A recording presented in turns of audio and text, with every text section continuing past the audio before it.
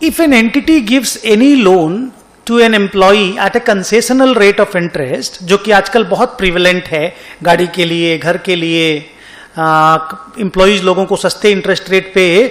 कंपनियां लोन देती हैं, तो मान लो लोन अमाउंट 10 लाख रुपीस का है,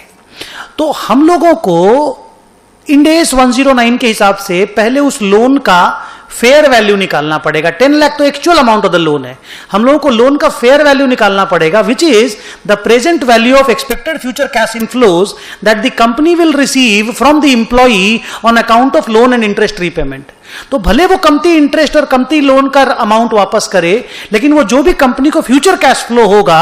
उसको current market rate of interest से डिस्काउंट करके उसका प्रेजेंट वैल्यू निकालना पड़ेगा। And that present value of future cash flows using the normal market rate of interest is the fair value of the loan. मान लो fair value of the loan आया 7 लाख रुपया, तो जो डिफरेंस 3 लाख रुपया का है, कंपनी ने लोन ज्यादा दिया जबकि लोन का फेयर वैल्यू 7 लाख है, तो जो डिफरेंस 3 लाख का है that is employee benefit expense. ये एम्प्लॉय बेनिफिट एक्सपेंस कंपनी के P&L में over the period of loan straight line basis पे धीरे धीरे करके ट्रांसफर हो जाएगा और लोन असेट 10 लाख नहीं 7 लाख में रिकॉर्ड होगा। Means the accounting entry will be asset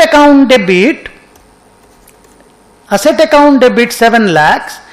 employee benefit expense prepaid account debit 3 lakhs, to bank 10 lakhs.